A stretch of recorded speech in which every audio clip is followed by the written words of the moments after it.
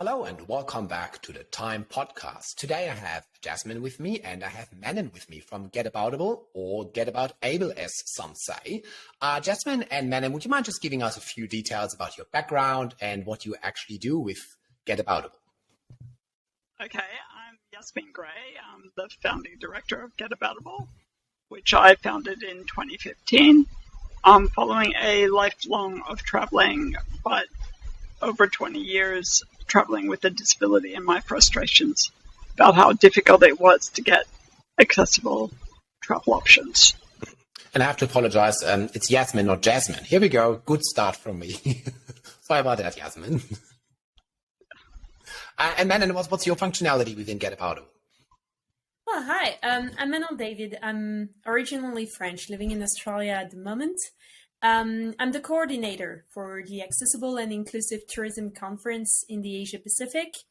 It's a conference that is both a great networking opportunity and a learning experience, taking place this year between May 17 and May 26. Mm-hmm. But it doesn't really stop there.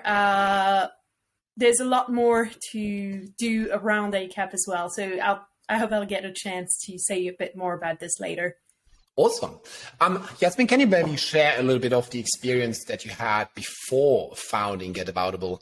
And obviously that were, I assume, the reasons why you thought this would be a good platform to have. Sure. Well, first, my background. I started traveling at the age of 6 months. I've been, including from a long-haul flight. And until COVID hit, I'd been traveling several times a year internationally and very active, both professionally and for my leisure travel. And so nothing to do with the tourism industry whatsoever, but active traveler. And as my disability got worse, and I have multiple sclerosis, so over 20 years I found it more and more difficult to find travel and tourism options that were accessible to me, and that hindered my work as well as my ability to enjoy holidays with family and friends. And at the time that I started GetAboutAble, there were very few options.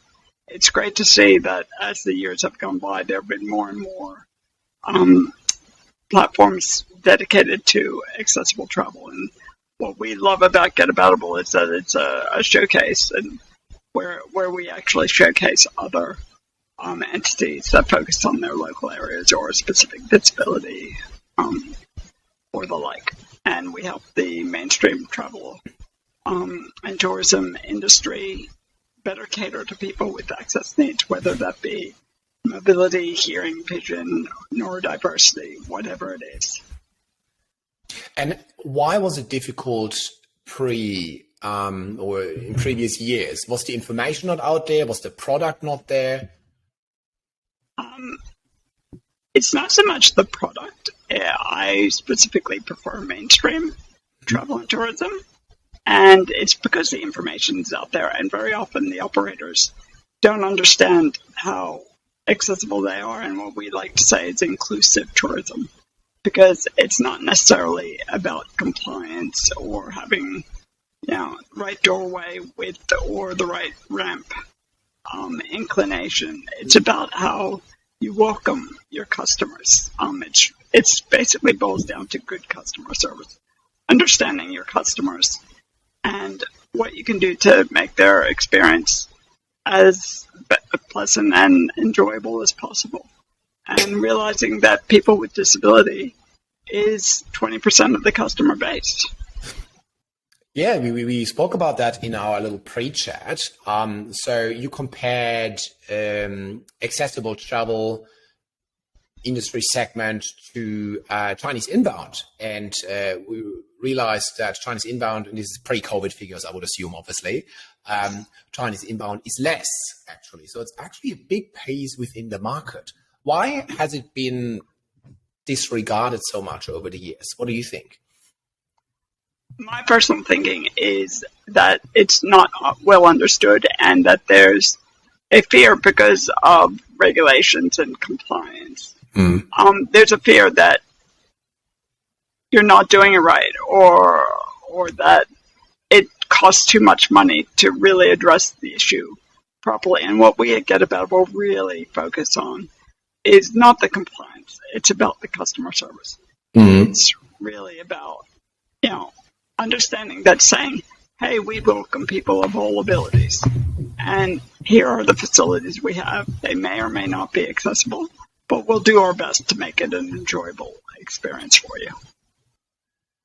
If I may jump in, Timo, Yasmin, you have a great example for this. Do you remember the example you gave me about the Barack Obama entrance? Oh, yes. I think that's a pretty good example. I'll let you say it. Can't wait to hear it. Please share. Okay. With accessible tourism, we very often get joked about that we are all about bathrooms and back entrances, which can raise a lot of jokes. But the reason is because very often the wheelchair, in my case, a wheelchair accessible entrance, is a back door. Very often you've got a heritage building or, it's a retrofit. And the front door has 3 stairs, but you can get in through the loading dock or wherever, or service lift.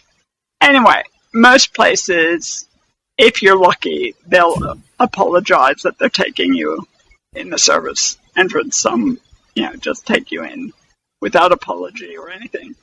But I was at the Hyatt in Canberra, and as they were taking me through, the downstairs, the infrastructure, the kitchens, all that, they're like, oh, how do you like our Obama entrance? And I was like, well, sorry. And I was completely taken back. They're like, oh, yeah, when Barack Obama stayed here, this is how we took him in and out of the building.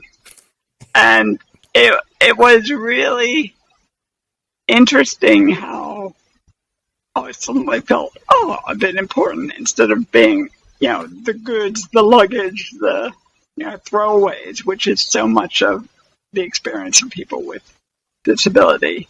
All of a sudden I was made to feel important. And it's a really good lesson for businesses that, realizing that every customer is a customer and making them feel important is important. So just instead of building a big ramp that would have cost thousands of dollars to install in the front and be against regulation for a historic building, just simply a nice staff training and letting them know that they can say to everyone that's going through that back entrance that they're important. Obviously it's so much more important and makes the experience so much nicer and so much more what tourism is about, actually. Yeah, I'll always remember getting into the Hyatt the same way Barack Obama did. Yeah. I think that's actually a beautiful example. I just was about to say, so it's not that much about investing money or creating a certain building feature, but much more about training of frontline staff predominantly. Absolutely. So how does GetAboutAble get into the game in regards to that particular aspect of service delivery? Well, a whole bunch of ways, but primarily through our annual conference. It's a virtual conference. Menno will definitely be able to tell you about it, but creating the networks amongst people who are in the industry, who are on the journey to making their businesses accessible and inclusive, and sharing stories of best practice and trials and how to and all of the above. But I'll let Menno talk about it. She's so much better than me on it. Well, Manny, you mentioned already you're predominantly in charge of organizing the conference, the workshop, the educational sessions. I hear there's a lot actually happening over many days. Can you share a few insights for us, please? Yeah, well, the conference is an annual event. We had the inaugural edition in 2021, and what we do is it's a virtual event. We have each day really tailored to wherever you are on the journey towards accessibility and inclusivity. Because obviously, it's a never-ending journey, such as customer service. Things evolve. You're always going to find a better way to do it. But you have to take the first step. So we start with the first step. This year, May 17, we have a day about the why and how. So you were mentioning that number about Chinese inbound tourism being equivalent to what the accessible and inclusive tourism is in Australia. So about $10 billion. That's a 2018 number. That's the kind of thing you need to know. You want the big picture. You want to know how can you convince your boss, your staff, your stakeholders that they can come on board with this trend. And then we take the first steps. Share your information on your website. Talk about customer service. Talk about what small businesses can do when they feel like they have really limited resources, especially post-COVID. So that's our first day. And then we move a step further. How can you step up your game? How can you address a market that maybe you haven't thought about? Because first you went to wheelchair travelers or to blind travelers. How do you go about welcoming people with hidden disabilities? How do you go when you're a food and beverage provider? How specifically can you improve your accessibility and inclusivity in that sector? So that's the second day. And then very, very important, Yasmin mentioned it, but it's all about the connections and how you connect people together, how you go from doing your own little thing in your own little business or hotel group or travel agent. How do you go about creating destination, creating tours, creating an experience that can be marketed and promoted? So that's our third day. So we have advocates, we have destination marketing organizations, we have Tourism Australia coming to speak about this. So it's very important as well. And then the last day we focus on what can actually be discovered, what already exists, travelers sharing their experience of traveling. And we see that both as a benefit for travelers with disability that can often self-censor and think, oh, that's not, I'm not going to be capable because there are so many obstacles and all this. So we want to empower them, but it's also such an important day for anyone who wants to target that market, because well, in the end, that's your customer. That's who you want to hear about. And they're talking without filter about their real life experience. So that's what our last day, which is May 26th, is about.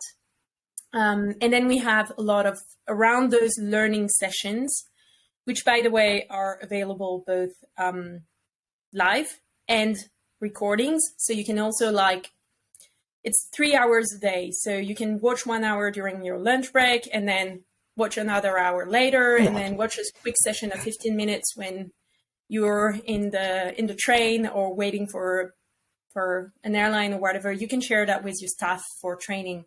It's but back to what I was saying, the other thing is we have some networking opportunities. So you actually chat with people.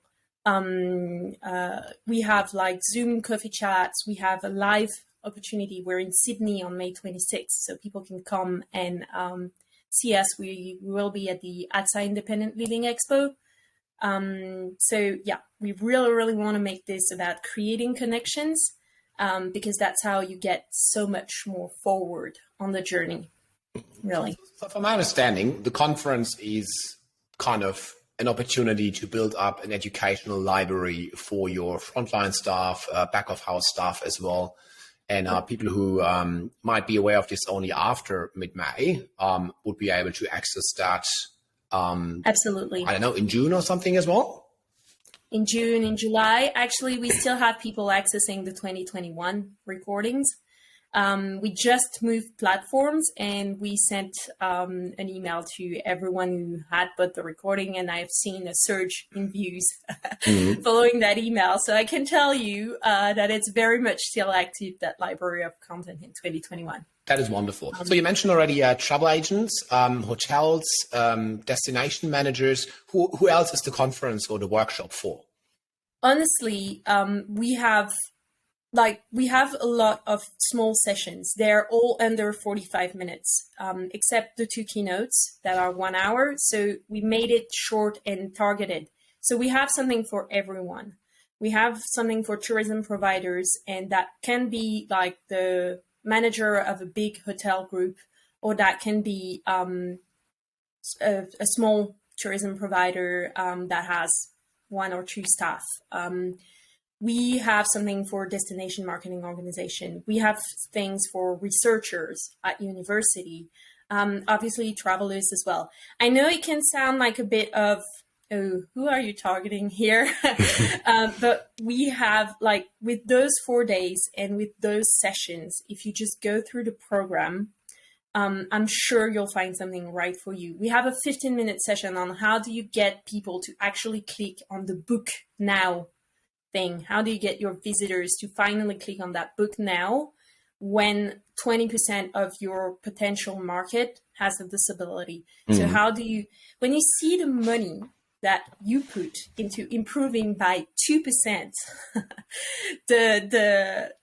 the number of people that visit to your website and that convert into actual customer, I'm telling you, there's a 20% potential increase right here, right now. So there, for sure, there's something there that you can learn from. So yeah, we really made each session a package for a specific target. So, and you're promising big numbers. Yeah, Yasmin, please go ahead. Oh, and I just said, thinking very specifically about the audience for this podcast. So Menno mentioned that Tourism Australia is presenting at the event, but we've also got a session on how do you attract people to regional destinations. And Menno, I'm sure, knows that session much better than I do, but very conscious of the audience here, that I'm sure there will be lots of interest there. Absolutely. Mm-hmm. So we have a session where where people from like local destination managers and and the people they've worked with to make their destination accessible and inclusive are joining and sharing again, without filter. So very much like, what were the challenges? How did we overcome them? And not like it's all unicorns and rainbows and come in, but at the same time, not also like, oh no, you know what? Don't get there. Obviously. So it's really, you're really going to get their feedback. So we have someone, of course, right now it's it's escaping me, but we have people from different, like we have people from the city of Newcastle, we have people from the Sunshine Coast, we have people from Kimsey, we have people from everywhere in Australia, like local destinations joining. You were mentioning something about numbers earlier, Timo. No, you mentioned you promised big numbers. You said, there could be an increase of 20% more conversion rate. I think that's what you promised. Yeah, well, it's not me saying that it's a big number. It's literally 20% of the potential market has disability. So here it is, and I'll tell you. Accenture, which I'm hoping I'm pronouncing right. That's my French accent coming back. But Accenture is kind of well-known around the world. And they did a report, and they showed that organizations that prioritize persons with disability have actually increased their revenue by 28% and their market share by 20%. So it's not just promising, oh, you have 20% of the market, you're going to get 20% of the market. It's actually Accenture doing a full report on this and telling you they increased their market share by 20%. So yeah, big numbers and low-hanging fruit, really low. There's so much you can do to get that market. Mm-hmm. Yeah. I wanted to comment on that from an anecdotal perspective. As someone with a disability who has been frustrated beyond belief, I could tell you story upon story about my frustrations. And to just have a business on their website say, We welcome people of all abilities. Contact us with your requirements and we'll do our best to cater to them. That would mean I would click them instantly. And so would every other person with a disability that I know, whether it be someone who's blind, and be someone in a wheelchair, be someone who uses hearing aids and needs a hearing loop. We're the experts on how you can cater to us. Just ask us what you can do. But so often we feel ignored, neglected, overlooked. And as Manon said, a lot of people self-censor and say it's all too hard. Other people like me are bloody stubborn and just keep banging my head against the wall until I get through. But wouldn't it be easier if somebody just told me they welcomed me and I could just go there? The last thing I will say on numbers is how, like, again, not me saying this, research and multiple ones, not just Accenture, but multiple researchers have proved this. People with disability, especially in tourism, are very loyal customer and will repeat customer. If you ask Yasmin for a live meeting one day, you'll probably have her tell you, let's meet at this place. The Hyatt in Canberra, the Obama entry. The Hyatt in Canberra, a specific cafe. And yeah, it's like literally people that are 3 times more loyal to brands than other customers, and people that tend to share on social media when they have a good experience. I don't remember the exact number, but it's like 70% more than other people. I need to find the exact number, but it's that order, like 70% more likely to share a good experience than anyone else amongst your customers. That's a dream come true for a PR manager or for a social media manager. That's exactly what you want.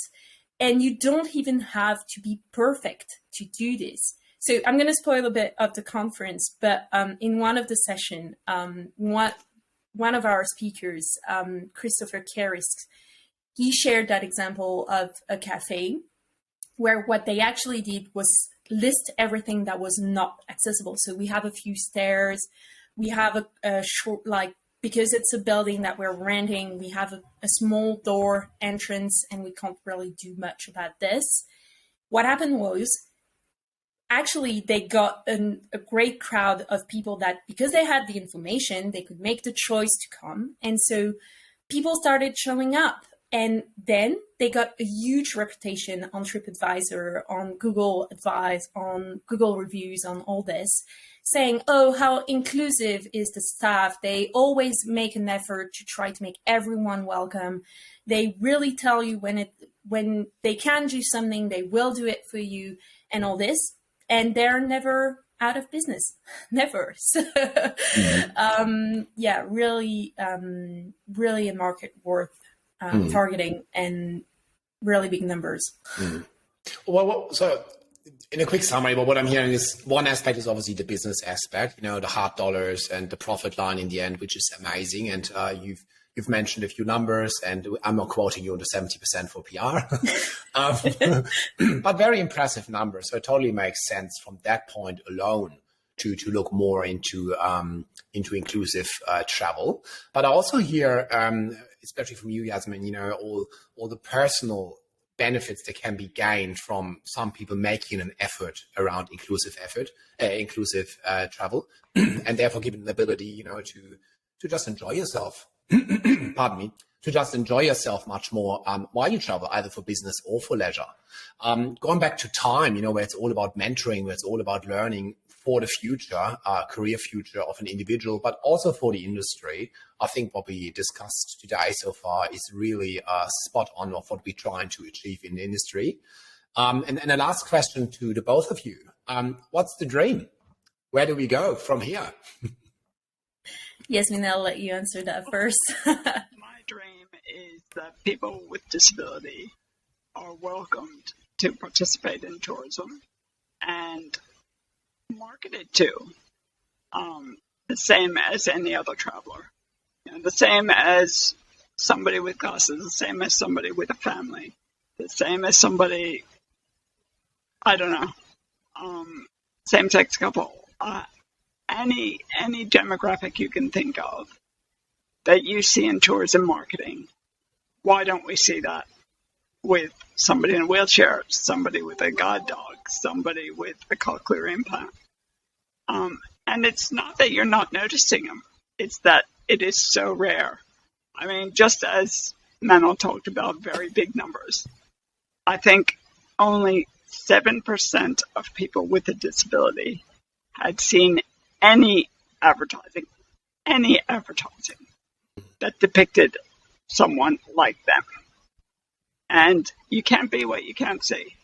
If you don't see people like you enjoying tourism activities, how do you even dream about it?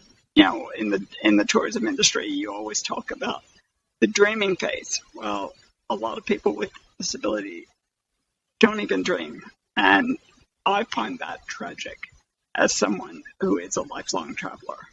Over 50 years of experience traveling and seeing the world and loving every bit of it. It's just heartbreaking whenever I meet people who say, oh, I couldn't do that. And that's why a whole day of our conference, it's about dispelling that myth as you can. I think today we were able, to contribute to your dream and make a small step forward into a brighter future for everyone who wants to travel. Mm-hmm. And as you say, every ability is welcome to any aspect of the travel industry, because travel is all about learning about each other, learning to get to know each other, no matter where we're from, how old we are, how we look, or so on. So thank you for the two of you to have you on this beautiful podcast. I will post the link in the description box for those in the audience who would love to learn more about you, and obviously be able to get in contact with you if they need some advice for their business or how they can approach that in more detail, to get the educational process as well. So thanks again for spending time with me. Again, I learned a lot, and I'm looking forward to see some of the recordings of the upcoming conference. Well, absolutely. You're welcome to join, and anyone is welcome. Thank you so much, Timo, for the podcast today. Thanks, Timo.